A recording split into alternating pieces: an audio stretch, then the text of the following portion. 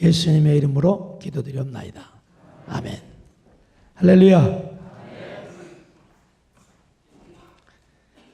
오늘 이 새벽에는 아멘을 안 하셔도 예배는 7시에 끝납니다.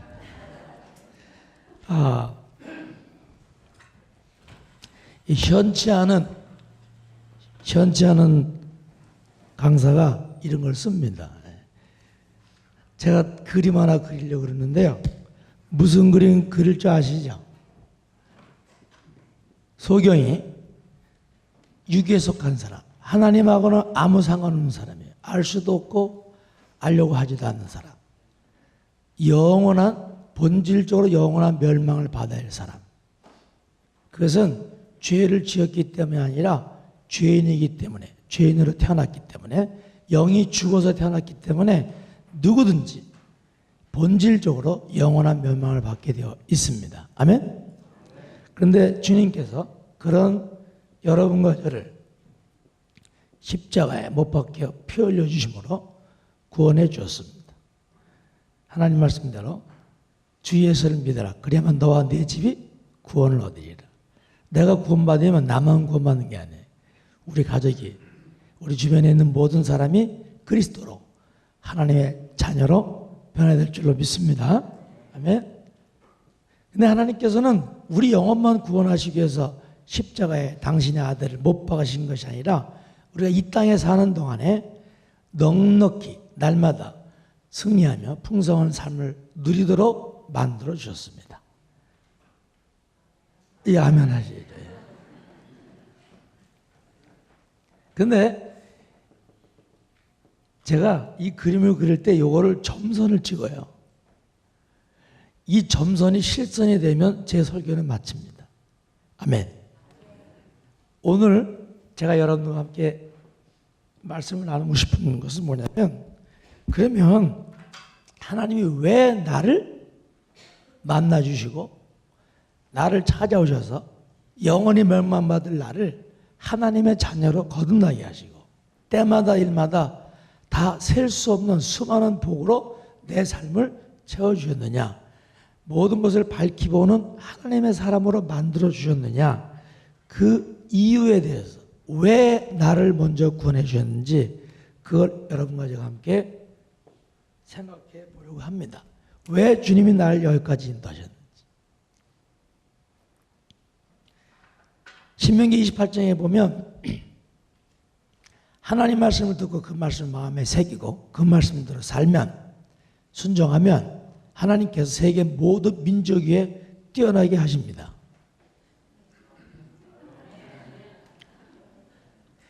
이거를 원하는 사람들이, 이거를 필요로 하는 세상에 얼마나 많은 사람이 원하는데요. 민족 위에, 세계 모든 민족 위에 뛰어나게 하십니다. 한국 사람들을 하나님께서 세계 모든 민족 위에 뛰어나게 하셨습니다. 거기 말씀 보면 이 복을 누리는 사람들은 위에만 있고 아래에 있지 않게 하시고, 머리가 되게, 항상 머리가 되게 하시고 꼬리가 되지 않게 하십니다. 그 이유는 뭐냐면 머리가 돼야, 복을 받아야 줄 수가 있기 때문에. 받은 게 없으면 줄 게 없습니다. 하나님께서 여러분과 저를 이 축복의 자리에 세우신 이유가 뭐냐? 그것은 다른 사람에게 나누어주게 하기 위해서, 그 복을 나누기 위해서입니다. 오늘 본문 말씀은 마태복음 5장, 6장, 7장 산상수훈의 두 봉우리가 있어요. 그 중에 한 봉우리입니다. 첫 번째 봉우리는 6장 33절. 그런즉 너희는 그의 나라와, 먼저 그의 나라와 그의 의를 구하라. 그리하면 이 모든 것을 너에게 더하시리라. 하나는 하나님과 우리의 관계 속에서, 여기 먼저라는 말은 누가복음에 보면 똑같은 말씀에 보면 오직 여기 있습니다. 오직이 맞습니다. 먼저 하나님 구하고 나머지 내 거가 아니라 우리 삶 전체가 하나님의 의와 하나님의 나라를 찾는 겁니다. 그러면 그 나머지 것은 보너스로 더하여 주신다, 그 말이. 여러분이 목사나 선교사가 아니더라도 여러분의 첫 번째 직업은 뭐냐면 하나님의 영광을 돌리는 거예요. 그 다음에 두 번째 직업이 여러분 가지고 있는 직업이에요. 학생들은 공부하는 게 첫 번째 사명이 아닙니다. 공부하는 걸 통해서 하나님 나라와 하나님을 구하고 그러면 하나님이 공부하는 일에 지혜를 주셔서 끝내주게 하신다 그 말이에요. 끝내준다는 말이 통하나요? 아멘. 또 한 가지 봉헌이 뭐냐면 오늘 이 본문의 말씀이에요. 그러므로 너희는 남에게 대접을 받고자 원하던 남을 대접하라. 이것이 율법이요 선지자니라. 마태복음 22장 37절부터 40절 말씀에 보면 이 두 봉우리가 한 봉우리로 만납니다. 사실은 두 가지가 아니에요. 하나님 사랑하고 이웃을 사랑하는 것은 두 가지가 아니라 한 가지입니다. 하나님을 사랑하는 자가 이웃을 사랑하고 이웃을 사랑하는 자가 하나님을 사랑하는 자입니다. 마태복음 22장 37절 40절 말씀 마지막 말씀에 보면 너희는 마음과 뜻과 목숨과 정성을 힘을 다하여 주 너희 하나님을 사랑하고 또 둘째 계명은 이것이 내 이웃을 내 몸과 같이 사랑하라. 이것이 선지자와 율법의 강령이라 그랬어요. 강령. 강령이라는 단어는 좀 어려운 단어인데요. 강령. 영어에는 강령이라는 단어가 어떻게 써 있냐면요. hang on 그랬어요. 저는 이 강령을 이렇게 설명해요. 빨랫줄. 빨랫줄 아세요? 빨래를 빨아서 빨랫줄에 걸면 마르죠. 근데 빨래를 빨아서 빨랫줄에 걸지 않으면 어떻게 돼요? 떨어집니다. 그러니까 하나님을 사랑하고 내 이웃을 사랑하는 것 여기에 걸려 있지 않으면 우리 신앙은 우리의 삶은 가치가 없는 게 돼요. 번지점프 해보셨어요? 번지점프. 난 돈 주고 그걸 왜 하는지 모르겠는데 하여튼 번지점프는 뭐냐면 큰 다리 위에서 이 다리를 묶는 거죠. 여기다 다리에다 몸에다 묶고 끈을 고무줄을 묶고 그 다음에 다리에다가 묶는 거예요. 그러니까 어떤 사람이 딱 준비하고 돈 내고서 딱 몸을 던졌는데 아플싸 다리에다 묶는 걸 잊어버렸어요.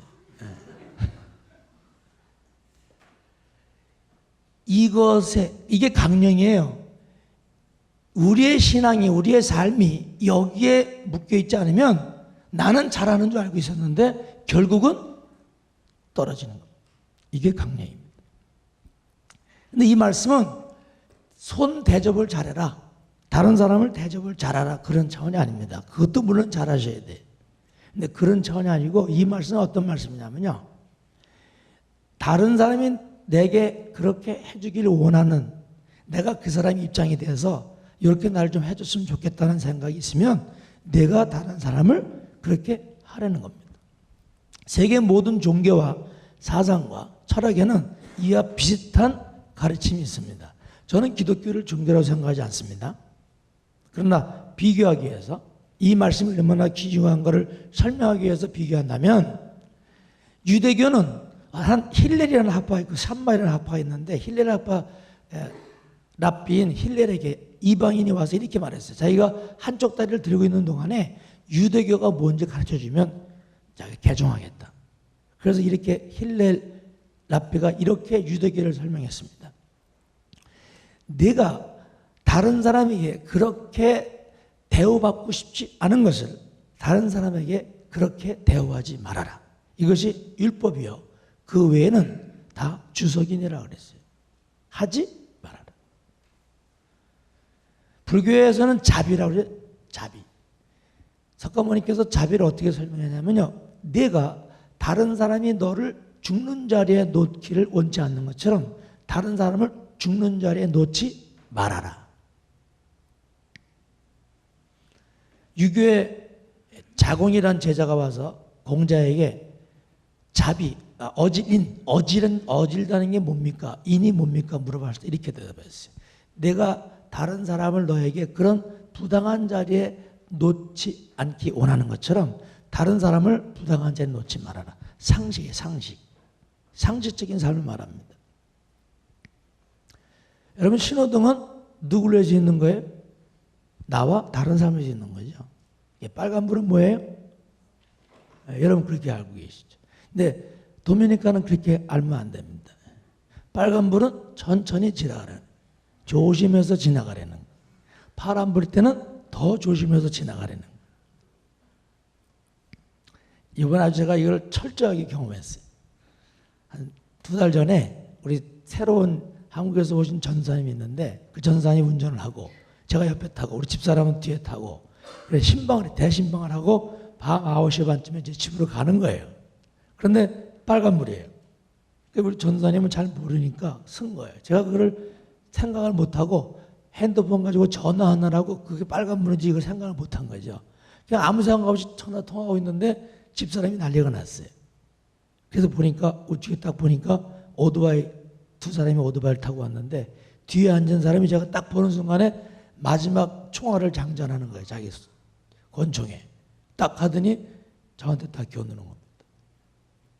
그리고는 일단 핸드폰을 달라고 그러는 거예요. 그래서 제가 그 사람을 딱 보는 순간에 씩 웃으면서 창문을 내리고 미소와 함께 핸드폰을 선물했습니다. 왜냐하면 2년 전에 우리 한인 선교사님 한 분이 핸드폰 가지고 실갱이 하다가 총 맞아서 죽었어요. 그래서 쏘지 말라고 이렇게 넘겨줬어요. 빨간불이 때는요 가야 됩니다. 이게 상식이에요. 모든 철학과 종교는 상식입니다. 내가 다른 사람에게 피해를 주지 않으면 되는 거죠. 근데 오늘 주님 뭐라고 말씀하시냐면 네가 남에게 대접을 받고자 원하는 대로 남을 대접하는 거예요. 제가 강화에서 목회할 때 교인 동네 사람들이 4km를 걸어서 읍에 갑니다. 그 아이들이 아침에 4km를 쫙 걸어가서 학교를 다니는 거예요. 그래서 우리가 봉고차 중고차를 하나 사가지고 제가 그 아이들을 하루에 3번씩 아침에 3번을 날랐어요. 어느 날 제가 그 차를 가지고 읍에 나가는데 비가 부스불 내리고 날씨가 좀 쌀쌀한 날씨인데 어느 아주머니가 아기 엄마가 아기를 등에 업고 뭘 거적을 덮어 쓰고 그리고 읍에를 가고 있습니다. 보니까 우리 교인이 아닌 내가 모르는 사람이에요. 제가 그냥 지나가면 그 여인 옆을 그냥 지나가면 교통수경이 날 잡아요, 안 잡아요? 안 잡아요. 왜냐하면 내가 그 사람에게 해코자 하지 않았기 때문에 피해를 주지 않았기 때문에. 그런데 내가 남에게 대접을 받고자 원하는 남을 대접하라는 주님이 거기 계시면 어떻게 해요? 저를 잡을까 안 잡을까요? 제가 전도사이기 때문에 하나님의 아들이기 때문에 저를 잡습니다. 이 말씀은 무슨 말씀이냐면 그 여인이 마치 내 아내처럼 그 여인이 마치 내 딸인 것처럼 그렇게 입장을 바꿔놔라 그 말이에요. 그것을 주객 전도라고 합니다. 내가 예수 그리스도를 만나서 그리스도의 복을 받고 구원을 받은 복 받은 사람이라면 그 순간부터 우리의 삶의 기준은 황금률이라고 하는 입장을 바꿔놓고 늘 생각해야 한다 그 말이에요. 주님은 저를 잡습니다. 프랑스의 까뮤라고 하는 소설가가 있는데 많은 소설을 썼는데 그중에 단편소설 조그만 소설 제목이 뭐냐면 전락이라는 제목이에요. 혼란 떨어진 거죠. 그 내용이 뭐냐면 클라망스라고 하는 아주 젊은 변호사가 있습니다. 이 사람은 장래가 촉망되는 사람이고 젊은 사람인데 변호사 사무실을 차리고 직원들이 뭐 굉장히 많습니다. 아주 부자고요. 그래서 단위무강을 놓고 여기가 자기 아파트고 길 건너편이 사무실이에요. 매일 그 단위무강 다리를 건너는데 어느 아침에 단위무강을 다리를 건너가고 있는데 그 다리 한가운데 어떤 여인이 아침 일찍 여인이 서 있는데 너무 얼굴이 불안해하는 얼굴이에요. 그래서 클라망스가 이렇게 보니까 자기가 모르는 사람이에요. 근데 대번에 알았어요. 이 여인이 지금 자살을 하려고 그러는구나. 근데 자기가 모르는 사람이니까 그냥 지나칩니다. 여인이 떨어집니다. 앰뷸런스가 와서 그 여인의 시신을 끄집어서 가져갑니다. 그거를 이 클라망스가 아무 생각 없이 그냥 본 거예요. 그런데 그 일이 있고 난 다음에 이 사람은 일을 할 수도 없고 잠을 잘 수도 없고 먹을 수도 없어요. 왜냐하면 그 상황이 계속 머릿속에 돌아가는 거예요. 결국은 죽습니다. 그 사건을 본 것 때문에. 현대인의 무관심에 대해서 고발하는 거예요. 입장을 바꿔놓고 생각하는 일을 하지 않으면 나하고 아무 상관없는 것 같은데 결국은 그것이 내 삶을 무너뜨린다 그 말이에요. 성경에는 두 종류의 죄가 나옵니다. 하나는 sins of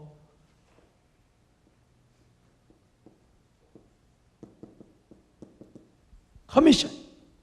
commit란 말은 무엇에 참석해서 그 일을 범한 겁니다. 행한 겁니다. 이걸 뭐라고 그러죠? 자범죄 혹은 범법죄라고 그래요. 무엇을 하지 말라고 한 것을 행함으로 벌을 받는 거예요. 성경에 예수님이 이 땅에 계실 때 성경에 나오는 예수님을 만난 모든 사람이 용서받았습니다. 아멘? 그 모든 사람이 죄를 지은 사람이었어요. 가늠하다 현장에 잡힌 여자. 사람들이 그 머리끄댕을 끌고 왔어요. 한쪽엔 돌을 들고. 그리고 예수님께 물었습니다. 율법대로 돌로 칠까요? 아니면 당신이 말하는 것처럼 용서하고 사랑할까요? 이건 답이 없는 거예요. 예수님이 어떻게 했죠? 죄 없는 자가 돌로 치라는데 뭘 썼어요, 바닥에. 제가 신학교 다닐 때 교수님 그러더라고요. 뭐라고 썼는지 아냐고. 뭐라고 썼냐면 웃기네 이렇게 썼어요.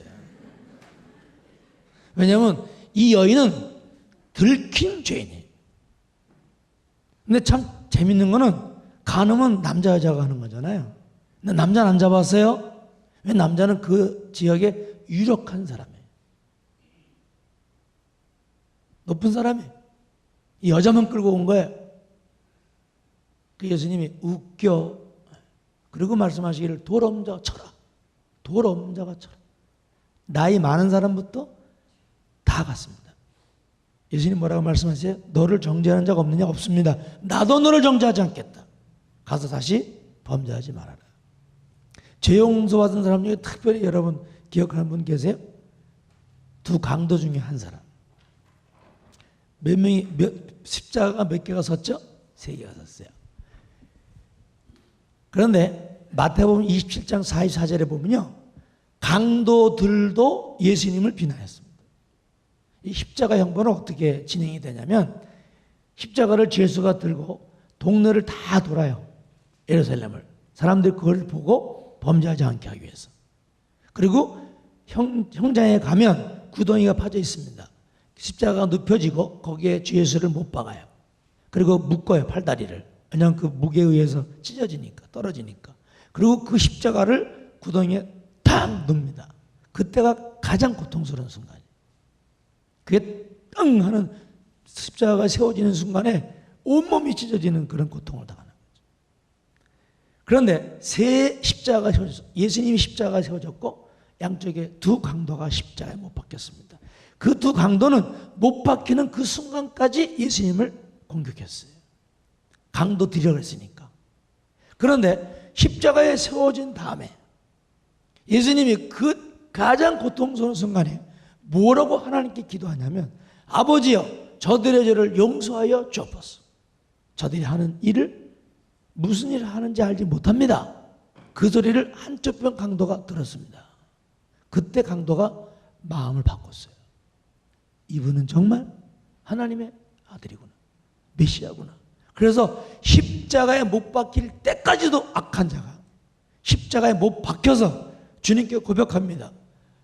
주여 당신의 나라에 임하실 때 나를 기억하여 주옵소서. 이건 정확한 신앙 고백이에요.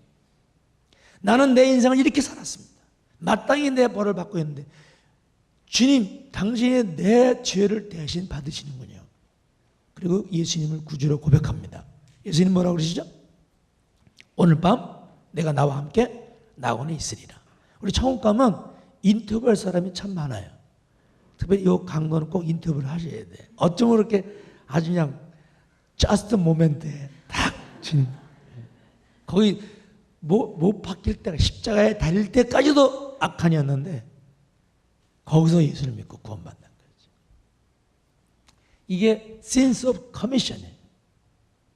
우리가 주님 앞에 나오면 제일 먼저 성령께서 우리 속에 있는 죄를 보게 하십니다. 그것이 보여주면 어떻게 해요? 회개하게 되죠. 기도하면서도 거짓말하는 사람 없어요. 사람을 죽였는데 기도하면서 하나님 나 안 죽였거든요. 이렇게 기도를 안 하면 안 하지. 기도하면 죄가 기억나는 거죠. 이게 센스 오브 커미션이에요. 이것 때문에 우리가 가슴을 치고 주님 앞에 회개하는 겁니다. 그런데 성경에 또 다른 종류의 죄가 있어요. 센스 오브 오미션. 오미트란 말은 뭐가 있어야 되는데 빠진 거예요. 이것을 태만죄 혹은 무관심죄라고 합니다. 다른 사람의 아픔에 대해서, 다른 사람의 고통에 대해서 보기만 하고 아무런 움직임을 하지 않는 것. 그것이 센스 오브 오미션이에요. 제노비스 신드롬이라는 게 있습니다. 1964년에 퀸즈에서 바텐더 하던 제노비스라는 여자가 밤일을 하고 아침에 새벽에 집으로 가다가 괴한을 만납니다. 그 괴한이 이 여인을 성적 폭행을 가하고 그리고 칼로 이 여인을 죽입니다. 이게 35분 동안 진행됐어요. 주거지에서. 그래서 여인이 막 소리를 지르면서 대문을 들이면서 도망가다 대문을 들이고 막 사람을 부릅니다. 도와달라고. 35분 동안 이 여인이 이 고통을 당할 때 39명이 그것을 창문으로 봤어요.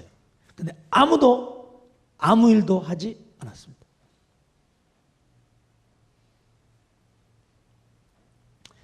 센스 오브 오미션은 세월호 선장을 생각하면 돼요. 우리가 사람 하나를 죽이면 한 사람, 10사람, 10사람을 죽입니다. 그러나 내가 마땅히 해야 될 일을 하지 않으면 그거는 한두 사람 죽인 것보다 더 악한 결과를 가지고 오는 것입니다.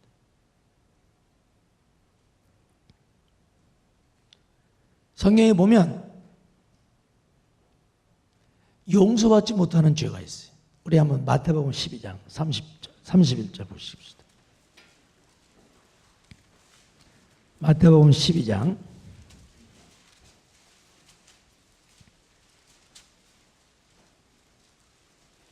31절 32절. 그러므로 내가 너에게 이르노니 사람에 대한 모든 죄와 모독은 사하심 어때? 성령을 모독하는 것은 사하심 얻지 못하겠고 또 누구든지 말로 인자를 거역하면 사하심을 어때? 누구든지 말로 성령을 거역하면 이 세상과 오는 세상에서 사하심 얻지 못하리라 그랬어요.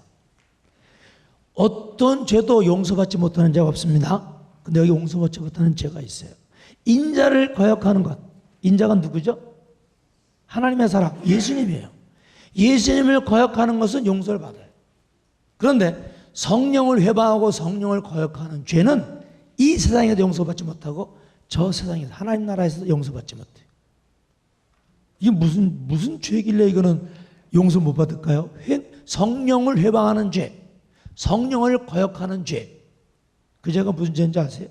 이때 말씀하시는 성령은 마가의 다락방에 임했던 성령이 아니죠. 같은 성령이지만 그렇게 성령, 보혜사 성령으로 강림하신 성령이 아니고 구약의 성령이에요. 구약의 성령은 제한적으로 그리고 일시적으로 하나님께 쓰임 받았습니다.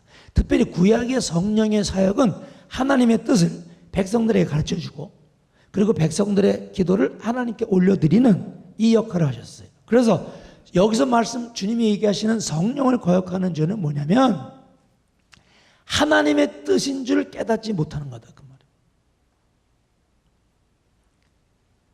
내가 마땅히 행해야 될 것을 행하지 않은 것은 하나님의 뜻을 행하지 않은 것인데 그거는 생각을 못해요.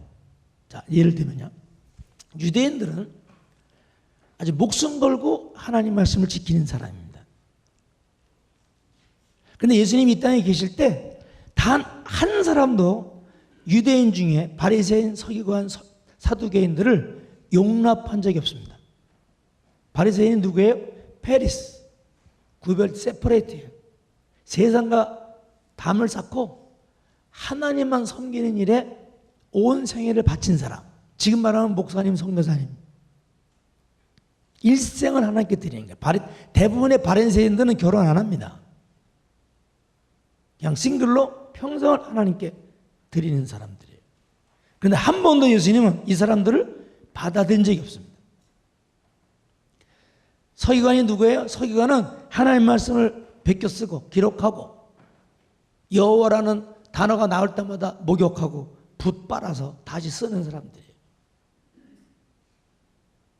그렇게 최선을 다해서 하나님 말씀대로 사는 사람들이에요. 그런데 예수님이 단 한 사람도 서기관을 받아들인 적이 없습니다. 기껏해야 니고데모가 왔는데 밤중에 왔다가 창피당하고 갔고요. 아리마대 요셉이 자기 무덤을 주님께 빌려드렸죠.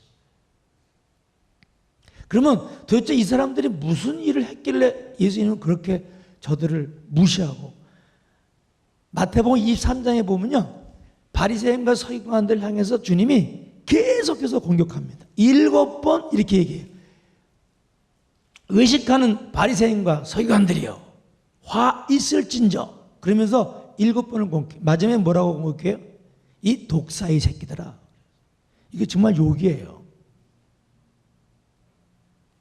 예수님은 바리새인과 서기관들, 사두개인들, 제사장들만 보면 부들부들 치를 떨면서 그들을 공격했어요.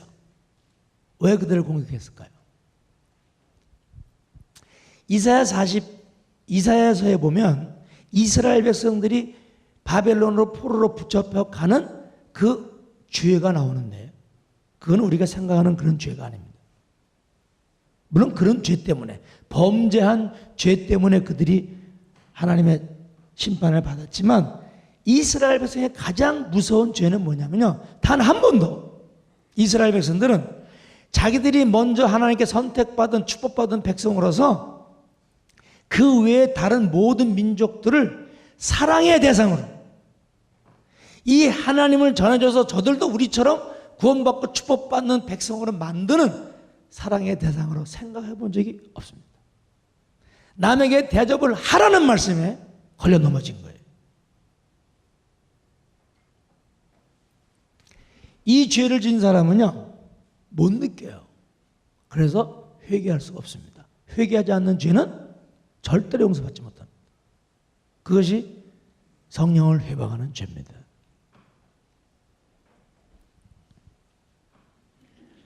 누가복음 10장에 선한 사마리아 사람 비유가 나오는데, 사실 비유가 아니고 사건이에요.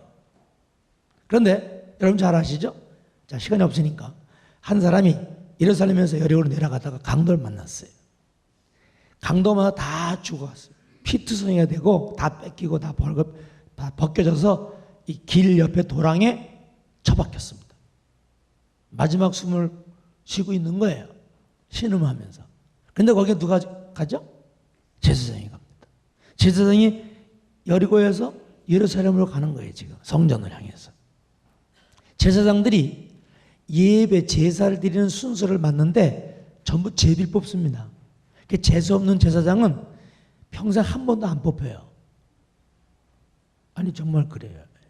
그래서 자기가 어떤 제사 드리는 어떤 순서를 맡았다는 것은 그건 가문의 영광입니다. 그래서 이 제사장은 지금 예루살렘 성전에 예배를 드리러 가는 거예요. 일단은 주일 오전에 목사님이 차 몰고 교회를 가고 있는 것과 똑같은 거죠. 근데 보니까 강도 만난 거예요. 상황이 딱. 이 사람은 강도 만난 사람이 피 흘리며 죽어가고 있는 그런 그곳에서 가장 멀리 피해갔어요. 그냥 안 갔습니다. 하나님께 기도했습니다. 오 여호와여, 하마터면 내가 피를 볼 뻔했어. 하마터면 내가 시체를 볼 뻔했습니다. 피를 보고 시체를 보면 하루 동안 부정합니다. 피를 만지면, 시체를 만지면 일주일 동안 부정합니다.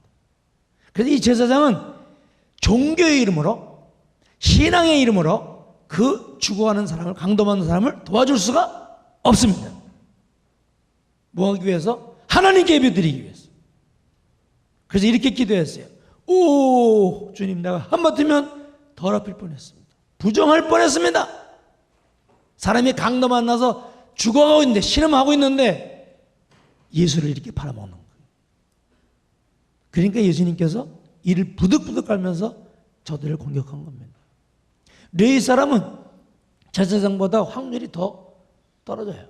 왜냐하면 레위 사람은 훨씬 더 많습니다. 수만 명입니다. 그래서 평생에 한 번 예배 순서 맡고 기도 순서 맡고 이거는 정말 가문의 영광이에요. 이 사람도 지금 예루살렘에 올라가고 있었기 때문에 가서 예루살렘 성전에서 하나님께 예배를 제사를 드리는 한 순서를 맡아서 올라가고 있는 거예요. 이 레위 사람도 기도합니다.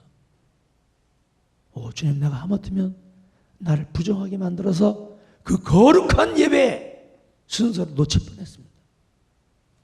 이거 보고 귀신 신나를 까먹는다는 거예요.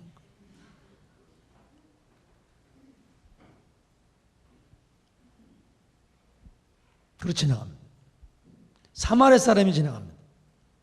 강도 만난 사람에게 갑니다. 나귀를 타고 가다가 말에서 내렸어요. 그걸 갔어요. 응급처치를 해줍니다. 여러분, 누가가 그 10장에 이 사마리아 사람이 행한 그 행동을 그대로 동사를 썼는데요, 너무 정확하게 표현했습니다. 의사이기 때문에 마음에 감동이 돼서 불쌍히 여기는 마음, 말에서 내려서 그에게 가서 응급처치를 해주고 싸매주고 그리고 그를 데려다가 자기 말에 태웠어요. 이게 주객전도입니다. 말 주인이 누구예요? 나예요. 제사장이 바쁩니까? 장사하는 사람이 바쁩니까? 더 바쁜 사람이죠, 이 사람은. 그런데 다 멈췄어요. 뭐 하기 위해서? 강도 만난 자를 구원하기 위해서. 마치 그 사람이 내 아들처럼, 내 아버지처럼 그렇게 생각하고 입장을 바꿔놓고 생각하고 그를 말에 태워서 자기가 말 주인인데 마부가 돼서 끌고 갑니다.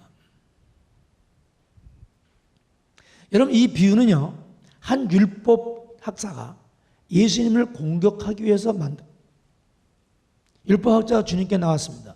예수님, 내가 어떻게 하면 영생을 얻을까요? 성경에 뭐라 되냐? 하나님 사랑하고 이웃을 사랑을 했습니다. 그렇게 해라. 그럼 내가 영생 얻는다.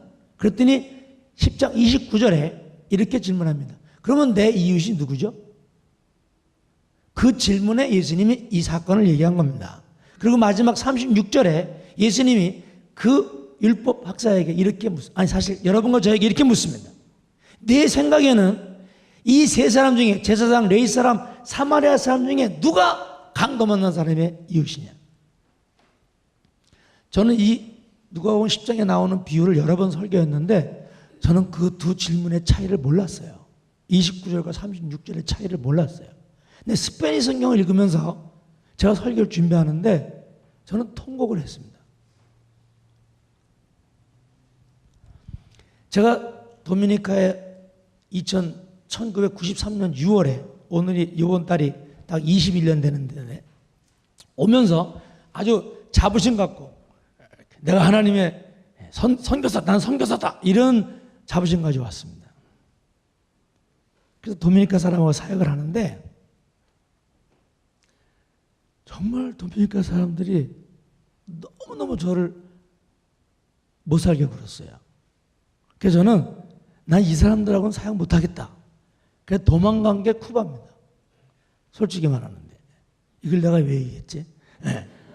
왜냐면요, 우리 교인들 중에 그 같이 사역하는 목사들, 전도사들 중에 누가 내 사랑을 받을 만한 싸가지인가, 이걸 항상 찾는 거예요. 그 사람을 딱 이웃을 내가 선택하는 거예요. 그 사람에게 정성과 물질과 시간을 다 들여서 쏟아붓습니다. 근데 역시나 뒤통수를 칩니다. 저는 성질이 좀 느긋해서요, 기분 나빠서 잠 못 잔 적이 없어요. 근데 도미니카 와서 여러 밤을 이를 부득부득하면서 그냥 대성통곡을 하면서 한국에 전화해가지고 난 갈 거야, 돌아갈까 이러면서 못 잔 밤이 여러 밤. 왜냐면 정말 너무너무 뚜껑이 열린다 그러잖아요. 제가 가만 보니까 제 성질대로 살다가는 제 명이 못 살 것 같아서 저는 아침에 나갈 때 뚜껑을 열어놓고 나가요. 그 집에 들어와서 닫습니다. 뚜껑 열릴 일이 충청도 말로 환장할 일이 너무 많아요. 그래서 그것이 너무 가슴이 아프고, 야, 어째 사람이 이럴 수가 있냐 그러는데 이럴 수가 아니라 항상 그렇게 됩니다. 그 왜냐면요, 내가 이웃을 찾는 거예요. 내 이웃이 누가 내 사랑을 받을 만한 자격이 있나 찾는 거죠. 그럼 반드시 뒤통수를 맞습니다. 퍼부은 만큼 반비례로 얻어맞습니다. 예수님 뭐라 그러세요? 내가 그 사람의 이웃이 되려는 거예요. 이 두 질문은 하늘과 땅만큼 차이가 있습니다. 내가 나를 필요로 하는 사람의 이웃이 되는 것은 첫째는 이니셔티브를 잃어버리는 거예요. 주도권을 잃어버리는 거예요. 내가 이웃을 찾으면 내가 결정합니다. 누구를 사랑할 건가? 어떻게 사랑할까? 얼마큼 사랑할까? 언제 사랑할까? 이걸 내가 결정해요. 왜냐하면 내 이웃을 찾고 있기 때문에. 그런데 내가 이웃이 되면 그 결정은 내가 못합니다. 뭐에 의해서? 내가 이웃인 그 사람의 필요에 의해서. 잘 이해가 안 가시죠? 저는 이 설교를 우리 도미니카 교인들에게 했습니다. 그리고 이렇게 고백했습니다. 여러분, 제가 여러분의 이웃이에요. 저는 지금까지 여러분 중에 누가 내 이웃인가를 찾았습니다. 그래서 늘 마음에 상처가 되고 고통을 당했는데 지금까지 제가 그렇게 여러분들을 잘못 섬겼습니다. 나를 용서하면 내가 계속 목회를 하고요. 용서 안 하면 난 가겠습니다. 교인들이 목사님 용서합니다. 저는 그날 정말 울면서 설교를 했어요. 이렇게 얘기했습니다. 제가 여러분의 이웃입니다. 제가 여기 온 것은 여러분들이 나를 등쳐먹으라고. 그 앵가냐라는 동사가 있거든요. 여러분이 나를 앵가냐라 하라고 왔습니다. 왜냐하면 내가 여러분의 이웃입니다. 한 가지만 기억하십시오. 언젠가는 여러분도 다른 사람이 당신을 이웃으로 필요할 때 여러분이 이웃이 된다는 사실을 기억하고, 지금은 여러분이 이웃이 될 수 없어요. 내가 이웃이에요. 여러분 나를 등쳐먹어야 됩니다. 그런데 언젠가 여러분들이 다른 사람을 당신을 필요로 한 그 사람의 이웃이 되어야 된다는 이 사실을 명심하고 나를 베껴먹으십시오. 저는 그때부터 단 한 번도 뚜껑이 열린 적이 없습니다. 뚜껑이 열릴 권리가 없어요. 왜냐하면 내 속에 예수 그리스도가 계시기 때문에. 내가 하나님의 외아들 예수 그리스도의 핏값을 주고 구원받은 사람이기 때문에. 저는 성경을 읽으면서 사도 바울이 로마서 1장 14절에 헬라인이나 야만인이나, 그 무슨 말이냐면요, 미국 사람이나 미국 사람이 아닌 사람, 전 세계 모든 사람이죠. 지혜 있는 자나 어리석은 자에게, 남자 여자 다 포함됩니다. 모든 사람들에게 사도 바울이 그리스도를 만나고 난 다음에, 하나님의 자녀를 거듭난 다음에, 그 복을 누린 다음에 그의 고백이 뭐냐면, 나는 이 세상에 있는 모든 사람에게 다 빚진 자다. 어떤 빚을 진 거예요? 이 사랑이 빚을 진 겁니다. 황금률, 이 빚을 진 겁니다. 누가복음 16장에 보면 거지 나사로와 부자의 비유가 나옵니다. 거지 나사로가 죽었어요. 나사로라는 말은 하나님께 소망을 둔다 그런 뜻이에요. 위로를 받는다 그런 뜻이에요. 예수 믿는 사람이에요. 구원받아 천국에 갔어요. 부자는 어디 갔어요? 지옥 갔어요. 근데 그 성경은 여러분 아무리 읽어봐도요, 부자가 지옥 갈 죄를 진 죄의 몫이 안 나옵니다. 뭐 부정축제했다든가 뭐 그런 거 없어요. 하나도 없어요. 뇌물 없어요. 다만 이 부자는 얼마큼 부자냐면요, 날마다 연락하였다. 연락이라는 말은 왕이 차려놓은 저녁 손님들을 초대해가지고, 그게 연락이라는 단어예요. 매일 방켓을 할 수 있을 만큼 큰 부자였어요. 그런데 부자가 지옥 들어가고 나사로는 천국 들어갔어요. 우리로 보니까 나사로가 아브라함의 품에 안겨 있는 거예요. 부자가 뭐라 그러죠? 아버지 아브라함이요, 나사로를 이곳에 보내서 나를 건져주세요. 그러면 나사로의 손끝에 물 한 방울 찍어서 내 혀끝에 물 한 방울만 떨려주세요. 거절당했어요? 받아줬어요? 거절당했어요. 왜 거절당한지 아세요? 누가복음 16장 읽어보면요, 거지의 대문 앞에 나사로라는 거지가 있었는데, 아주 부자의 대문 앞에 나사로라는 거지가 있었는데, 그 나사로는, 제가 읽어드릴게요.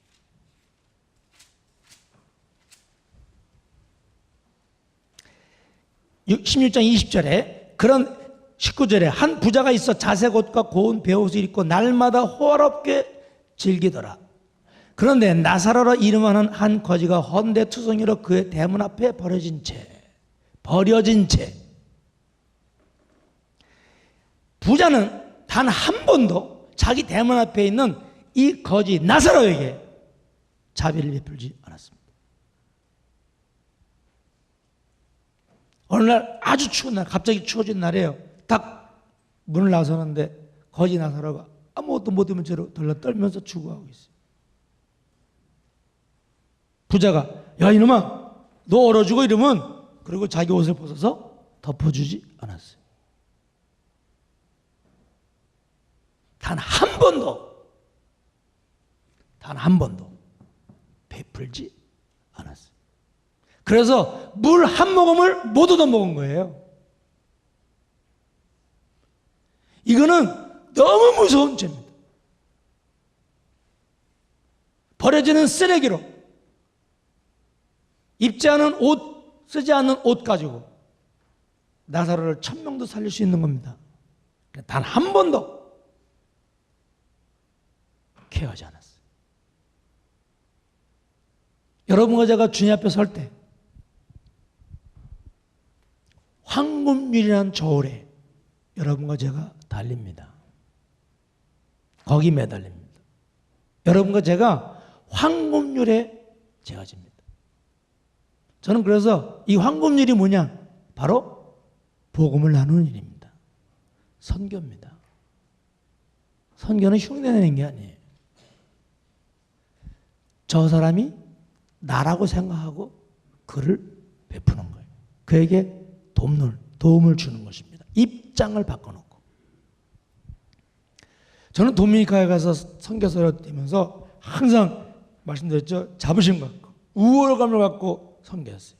어느 날 저는 정말 창피한 그런 마음을 가졌습니다. 그게 뭐냐면요, 6.25 한국 전쟁이 끝날 때쯤에 도미니카 사람들이 신문에 나오는 한국에 대한 소식을 보면 사진에 그냥 건물은 다 무너지고 폭격해.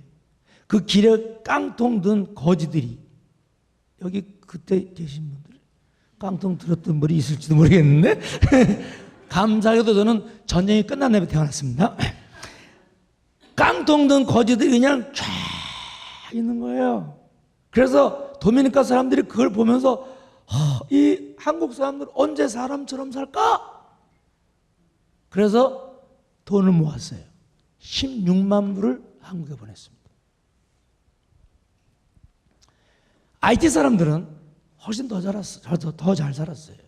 지금 우리가 IT 사람들 보면 어떻게 사람들 정말 사람처럼 살까? 그런데 그 사람들이 65년 전에 우리를 보고, 60년 전에 우리를 보고, 한국을 보고, 야, 저 사람들은 정말 한 가족이 쪼개져서 남과 북이 싸우고 300만 명이 되는 사망자가 생기고 전 국토가 다 부서졌는데 언제 사람처럼 살까? 그래가지고 50만 불을 모아서 한국에 보냈습니다. 어린 반포쯤 소리 하지 마세요. 내가 도미니카 사람을 돕고 IT 사람을 도우러 갔다고요? 빚 갚으러 갔어요. 하나님께서 IT 사람들이 보기에도 불쌍하게 보이는 조선이라고는, 한국이라는 이 버려진 나라, 소망 없는 나라, 이 나라를 하나님이 일으켜 세웠습니다. 초대 기독교가 한국에 들어왔을 때 한국 사람들은 제가 볼 때는 도미니카 사람이나 IT 사람보다 훨씬 똑똑해. 처음 예수 믿는 사람들은 다 선교사님들 등쳐먹은 사람들이에요. 그 선교사님들 등쳐먹으면서 예수 믿고 공부해서 의사 되고 변호사 되고 대학 교수 되고 축복을 받은 겁니다. 다른 방법이 없어요. 다른 방법이 없어요. 하나님께서 한국 교회를, 여러분과 저를 세계 모든 민족의 뛰어난 민족으로 만들어 주셨어요. 이유가 뭐냐? 한국 교회는 축복받지 못한 것이 문제가 아니에요. 한국 교회의 병은 왜 하나님이 말도 안 되는 방법으로 한국을 높여주셨는지 그 이유를 모르는 거예요. 복받은 이유를 모릅니다. 저는 선교제에서 어떤 프로젝트를 놓고 기도하고 그걸 다 준비해가지고 한국 갑니다. 누구에게 이걸 좀 소개해가지고, 특별히 빚이 많을 때는요, 이자가 30%니까 한 5% 이자만 바꿔서 하면은 그거 한 4, 5년이면 원금 다 갚아요. 어차피 갚는 거니까. 근데 하나님이 한 번도 그렇게 안 하셨어요. 제가 어떤 프로젝트를 가지고 한국에 가서 큰 교회 목사님을 만납니다. 잘 아는 분이에요. 목사님이 이렇게 해서 이렇게, 그러면 그분이 뭐라 하시면, 아유, 전 목사, 우린 말이야, 주차장을 넓혀야 되는데 차가 주차할 데가 없어서 요 집을 사야 되는데 이게 80억이야. 지금 빚이 120억인데 이 80억을 또 얻어서 이걸 사야 돼. 그래서 그럼 제가 목사님 도와드려야 되겠네요.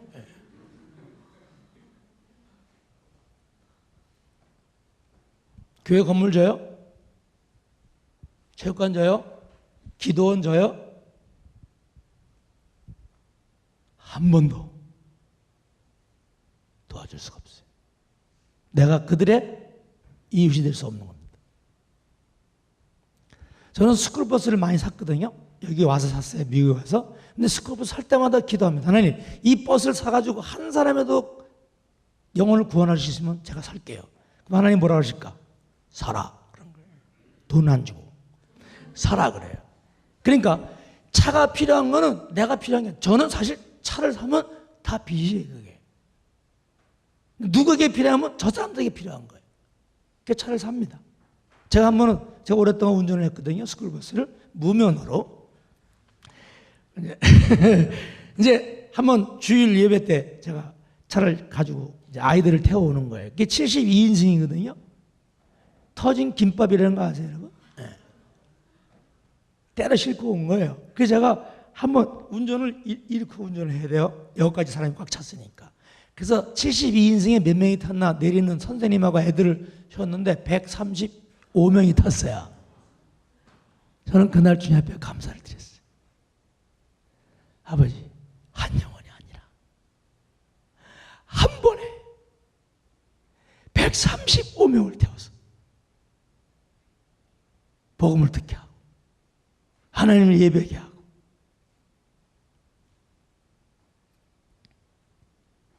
이것이 황금률이에요. 내가 내 자식을 사랑하는 것처럼 그들이 내 자식처럼 여겨져야 되는 것입니다. 사람들이 저에게 묻습니다. 아이, 목사님, 그렇게 많은 사역, 그렇게 많은 일들을 어떻게 하세요? 그것이 제 사역이면 전 그만뒀습니다, 벌써. 그건 사역이 아니라 제 삶입니다. 동네 아이에 대해서 우리가 얘기하면 이 아이를 도와줄까 말까를 생각하죠.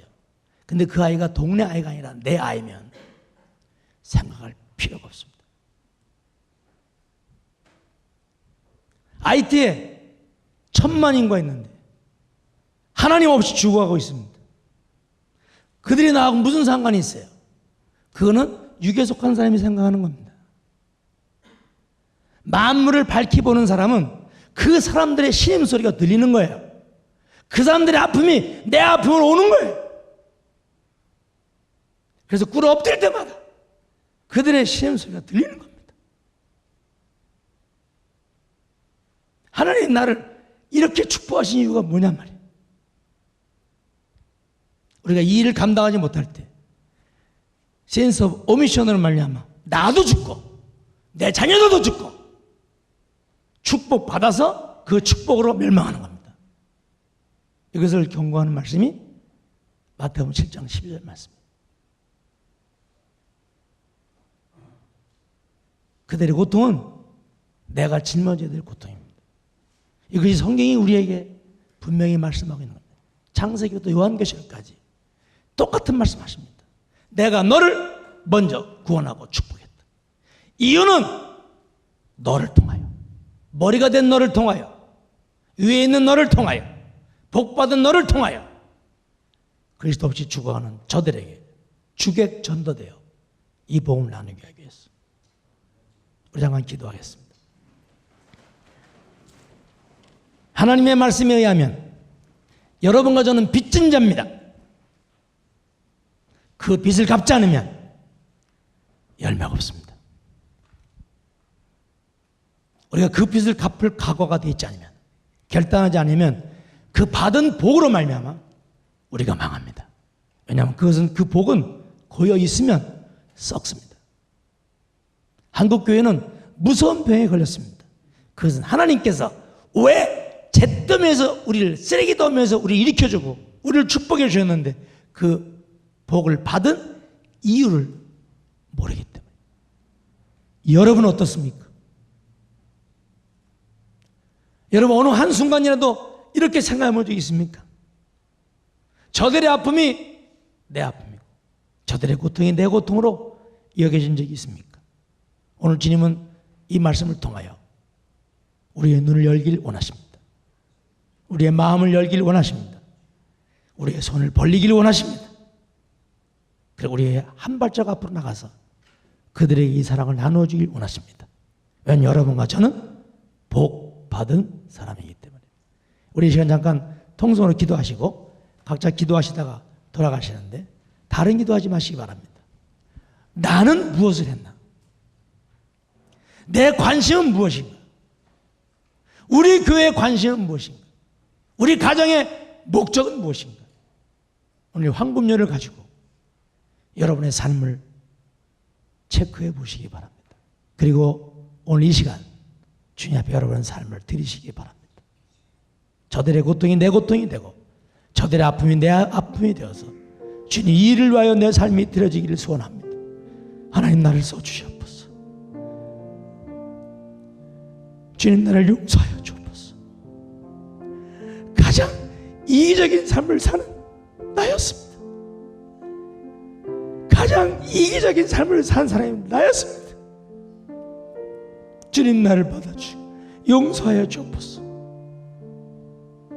우리 함께 이 시간 주님 앞에 기도하시고 각자 기도하시고 돌아가시겠습니다. 함께 기도하시겠습니다. 사랑해 주님 감사합니다. 내가 잘못 살았습니다. 내가 하나님의 뜻을 거역하고 살았습니다. 하나님 말씀에 정반대의 삶을 살았습니다. 나는 이 복이 나만을 위한 복인 줄 알았습니다. 주님 나를 용서하여 주옵소서. 내가 저들의 이웃이 되기를 소원합니다. 내가 저들의 이웃이 되기를 소원합니다. 오 주님 나를 받아주옵소서. 주님 나를 용서하여 주옵소서. 내가 주의 음성을 듣겠습니다. 주의 말씀에 귀를 기울이겠습니다. 그 주의 뜻을 따라 내 삶을 드리기를 소원합니다. 아버지 도와주세요.